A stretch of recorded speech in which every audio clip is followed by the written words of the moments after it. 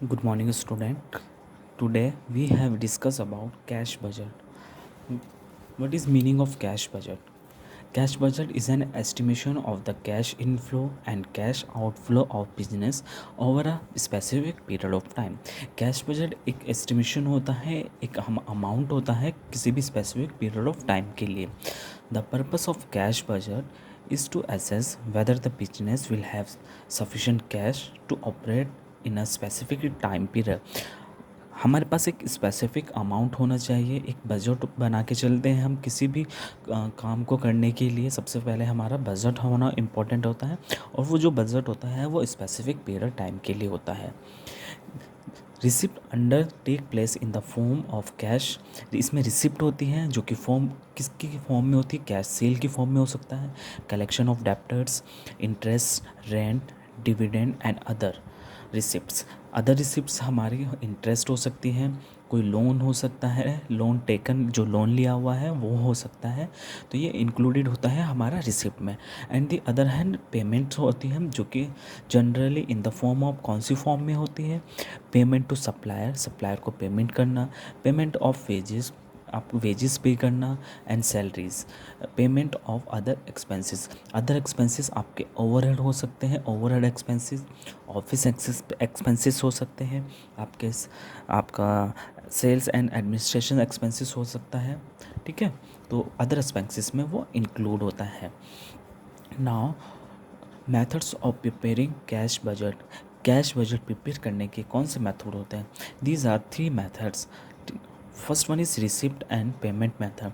These are very important method, receipt and payment method, and mostly exam में यही method पूछा जाता है. And second one is adjusted profit and loss method. Third one is balance sheet method. Now अभी हम जो discuss करेंगे वो receipt and payment method discuss करेंगे. ठीक है, एंड इसका फॉर्मेट के बारे में पढ़ेंगे. So what is receipt and payment method? Under the receipt and payment method, cash receipt and cash payment which are expected during the budget period are considered in the opening balance of cash. Estimate cash received from different sources. सबसे पहले हमारे पास एक format जो होता है opening balance. कोई भी काम को करने के लिए हमारे पास एक स्पेसिफिक अमाउंट होना चाहिए जो कि हम ओपनिंग बैलेंस में लिखते हैं. कोई काम हम स्टार्ट कर रहे हैं तो अमाउंट से ही स्टार्ट करेंगे. तो फर्स्टली हम जो कंसिडर करते हैं वो हम अमाउंट करेंगे, कैश करेंगे.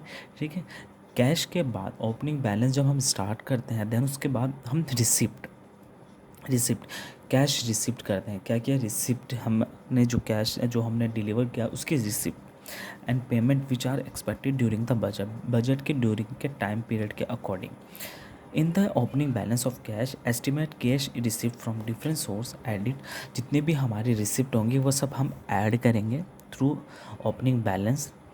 And from his total of estimate, total कर लेंगे जितनी भी रिसिप्ट हमारी होंगी उन सबका टोटल. देन जितनी भी हमारी पेमेंट्स होंगी जो हमने पेमेंट की है उन सबका टोटल. ठीक है, to subtracted to find out the closing balance of cash. मतलब रिसिप्ट का टोटल, देन उसमें से सब्ट्रैक्ट करेंगे हम पेमेंट का टोटल. तो हमारे पास फाइंड आउट हो जाता है closing balance of cash. Last में जो बैलेंस हमारा क्लोजिंग बैलेंस ऑफ कैश होता है वो हमारा नेक्स्ट मंथ में देन फिर ऐड होता है. ठीक है, तो ये रिसिप्ट एंड पेमेंट का मेथड होता है. जितने भी रिसिप्ट हैं, जितने भी पेमेंट्स हैं उनको हम माइनस करते हैं रिसिप्ट में से, देन हमारा पास क्लोजिंग बैलेंस हमारा फाइंड आउट हो जाता है. नाउ ये एक फॉर्मेट है कैश बजट का. सबसे पहले हम लिखते हैं पर्टिकुलर. देन हमारे पास मैक्सिमम 6 या 4 मंथ पूछते हैं, लेकिन मैंने अभी यहाँ पे 3 मंथ लिखा है. Month first, month second, month third. कोई भी हो सकता है, अप्रैल, मई, जून हो सकता है, कोई भी मंथ हो सकते हैं, फर्स्ट सेकंड थर्ड. देन ये particular. Firstly we have opening balance. Opening balance आपका बाय कैश हो सकता है और बैंक हो सकता है. ठीक है, तो ओपनिंग बैलेंस हमारा जितना भी अमाउंट होगा वो हम यहाँ लिख देंगे.